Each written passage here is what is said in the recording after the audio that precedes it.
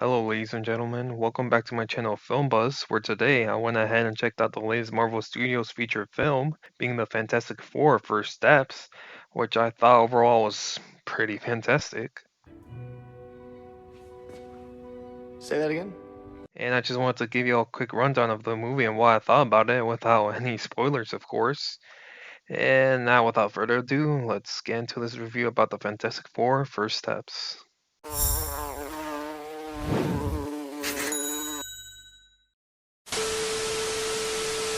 So, this is not only the third iteration of Marvel's first family, but Marvel Studios' attempt at bringing this iconic team into the MCU, which I thought they did very nicely, mostly to the movie being set in a different universe, which the film establishes straight off the bat, which really raised the stakes for this film's plot, on whether or not the Fantastic Four would have solved this problem by the end of the movie, which I'll get into further detail later on in my positive segment of the video here shortly. But other than that, I really liked the movie overall and had some small nitpicks here and there, which I'll get into in my negative segment of the video, which aren't really deal breakers, and some pet peeves I had while watching this new iteration of the Fantastic Four, which now transitions us into this positive segment of the video. I really liked how the family dynamic of the four core members, Ben Grimm, aka The Thing, played by Ibn Moss Backrash, which sorry if I mispronounced that name, Johnny Storm, aka the Human Torch, played by Joseph Quinn, Sue Storm, aka the Invisible Woman, played by Vanessa Kirby, and Mr. Reed Richards himself, aka Mr. Fantastic, played by Pedro Pascal. Were all delightful bunch to see on screen together, and the chemistry amongst the four was just oozing off the screen, especially Johnny's and Ben Grimm's relationship with one another, which almost played off as a big bro, little bro type of relationship, and I really enjoyed whenever both of them were on screen, and especially that payoff near the third act of the movie, where all throughout the movie, Johnny teases the Thing to say his iconic catchphrase of, "It's clobbering time," which my theater erupted in excitement once that happened. And that's also without mentioning how Reed Richards, played by Pedro Pascal, was honestly a surprise to see how well he played that character, especially surrounding the controversy of his casting, which I also had my doubts about him, but him playing this character actually kind of worked for me, especially in the scenes where the stakes were raised and he needed to get serious, and went from this quirky, overprotective, brilliant genius into this ruthless data analysis, willing to do anything character in order to save his family, and that's also without mentioning Vanessa Kirby's iteration of the Invisible Woman was kinda alright, I guess. I mean, there will ever be only one Sue Storm in my eyes. But no, in all seriousness, Vanessa Kirby, Sue Storm, was the standout for me in this movie. There being not only this mother figure for the core members of the Fantastic Four, but keeping them together when in times of desperation and motivating them, which she almost felt like she was the leader of the Fantastic Four, but also, hey, it's not really a spoiler if you watch any of the Fantastic Four trailers. She was not willing to give up on her child and willing to keep on fighting till the very end, which she gave a great speech slash monologue on how we should put family first above anything else and how they're always worth fighting for, which would have given Dom Toretto a run for his money and shed a tear.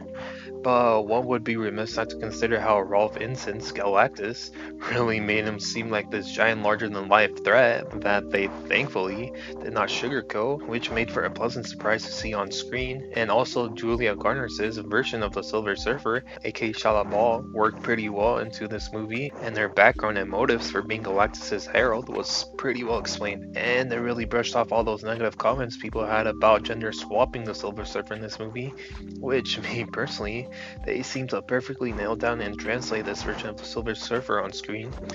But other than that, the cinematography when the Fantastic Four in space and the retrofuturistic 60s aesthetic of the movie worked out extremely well in this movie, with it especially stating off the bat that it is an Earth similar to ours with the same history and everything, just more advanced.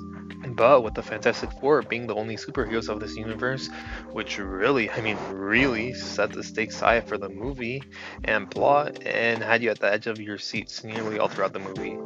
But now moving on to my negative section of the video, which I really didn't have much to say about the movie since overall this is really, dare I say, fantastic movie. Say that again?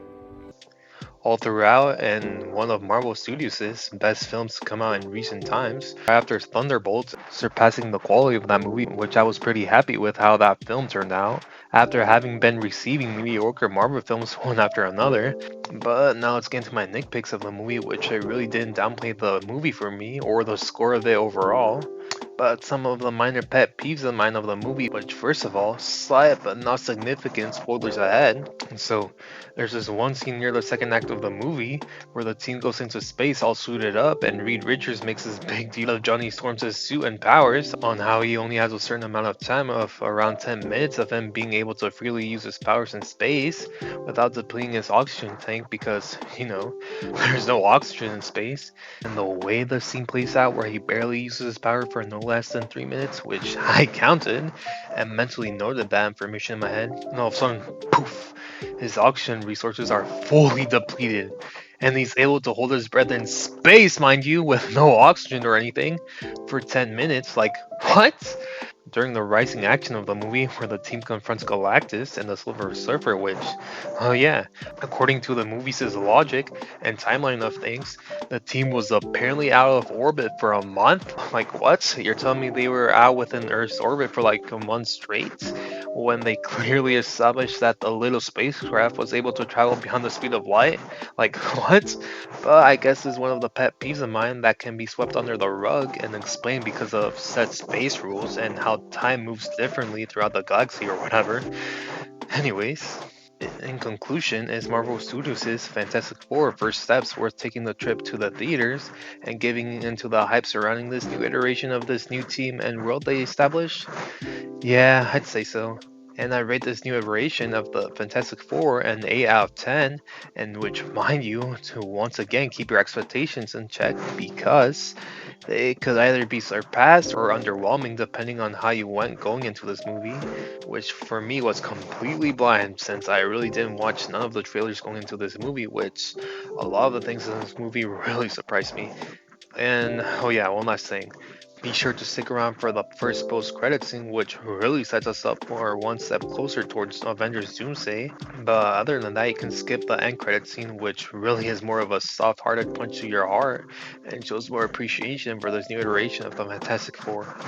But anyways, at the end of the day, that's just my opinion and thoughts I had about the Fantastic Four first steps and their introduction into the MCU. And with that, if you liked this video and made it to the end, be sure to comment apple slices in the comment section below to confuse the hell out of people watching this video. And also letting me know that you watched the entirety of this video, and I'll be liking every comment, which does do so.